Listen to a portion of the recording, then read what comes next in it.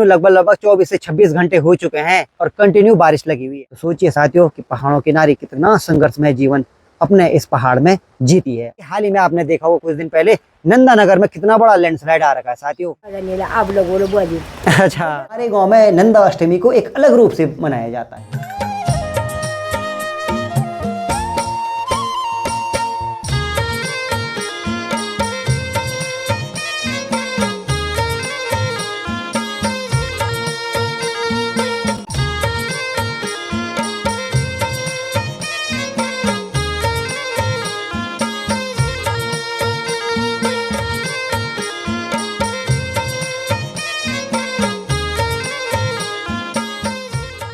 तो चलिए साथियों करते एक और नई वीडियो की शुरुआत आप सभी लोगों के साथ। सबसे पहले आप सभी को मेरा प्यार भरा नमस्कार। मैं ठेठ पहाड़ से पहाड़ की इन खूबसूरत वादी में आपका स्वागत करता हूं। आई होप कि आप लोग भी मस्त होंगे, स्वस्थ होंगे और मेरी वीडियो देखने में व्यस्त होंगे। मैं भी मस्त हूँ, स्वस्थ हूँ और आप लोगों के लिए वीडियो बनाने में व्यस्त हूँ। गाँव के ऊपर राम पर्वत और राम पर्वत की गोद में बसा हुआ मेरा प्यारा सा गाँव जैसलमेर, जो कि आपको मेरे बैकग्राउंड में नजर आ रहा होगा।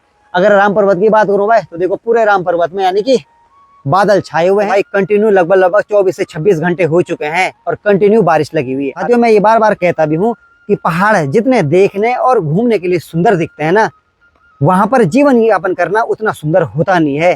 क्योंकि यहाँ पर जीवन करना इतना स्ट्रगल भरा या इतना मेहनत भरा होता है या इतना कष्ट भरा होता है, वो आप सोच नहीं सकते हैं। उसका जीता जागता उदाहरण मैं आपको दिखाता हूँ। क्या आपको ये दृश्य दिख रहा होगा? यहाँ पर देखो भाभी जी और बॉडी जी अपने गौशाला गई हुई है गायों को चारा वगैरह देने के लिए। कि जैसे कि आप देख सकते हैं भाई बारिश लगी हुई है और अगर इधर कैमरा घुमाओ तो भाई यहाँ उससे भी भयानक दृश्य आपको दिखेगा।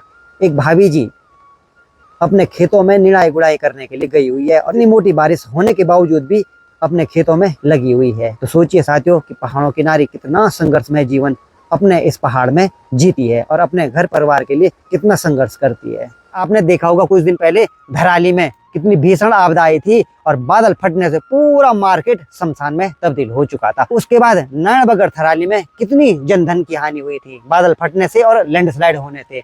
और अभी हाल ही में आपने देखा होगा कुछ दिन पहले नंदानगर में कितना बड़ा लैंडस्लाइड आ रखा है साथियों।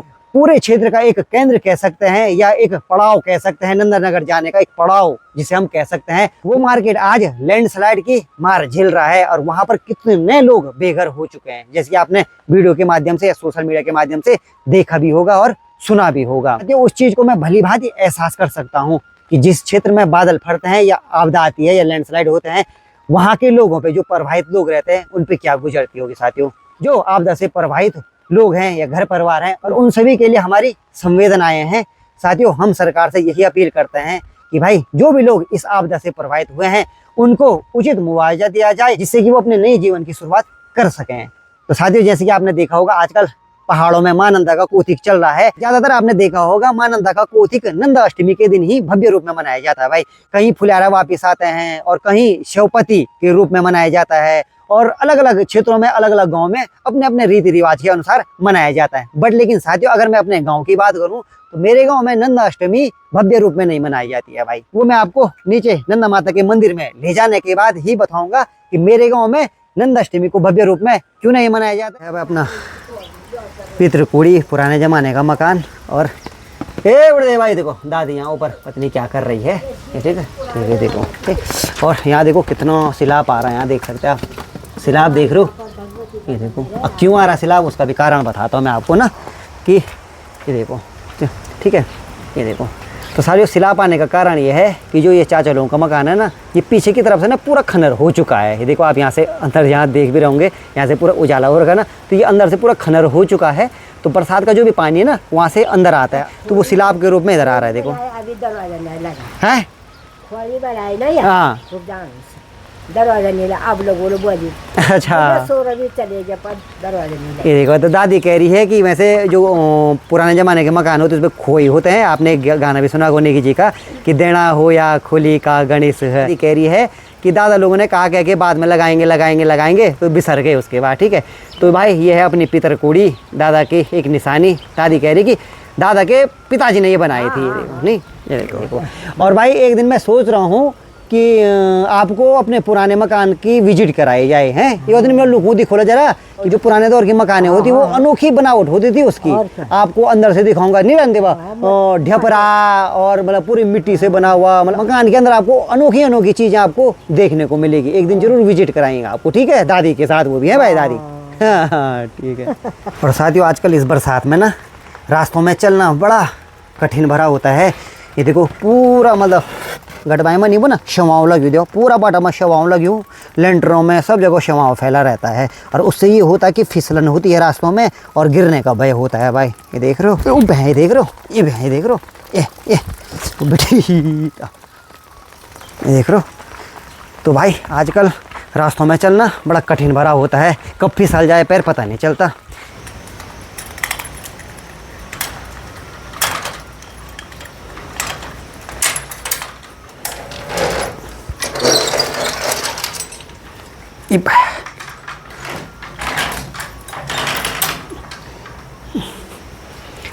जय मां नंदा, जय मां नंदा, जय मां सुनंदा। जितने भी लोग इस वीडियो पे जुड़े हुए हैं या इस वीडियो को देख रहे हैं, आप सभी के लिए मां नंदा से यही प्रार्थना करते हैं कि आपके परिवार पर मां नंदा अपनी कृपा या अपनी छत्र छाया बनाए रखें। साथियों जैसे कि मैं आपको बता रहा था कि हमारे गांव में नंदा अष्टमी को एक अलग रूप से मनाया जाता है। साथियों जैसे कि आपने सोशल मीडिया के माध्यम से देखा भी होगा कि नंदा अष्टमी को हमारे क्षेत्रों में, हमारे पहाड़ों में, अलग अलग क्षेत्रों में या अलग अलग गाँव में अलग अलग तरीके से या अलग अलग रीति रिवाज से मनाया जाता है। तो मेरे गांव में नंदा अष्टमी को किस रूप में मनाया जाता है, उसी के लिए भाई मैं मां नंदा के मंदिर में आया हूँ। आज से 4 दिन पहले हमारे गाँव से मां नंदा के लिए बुलावा भेजा गया।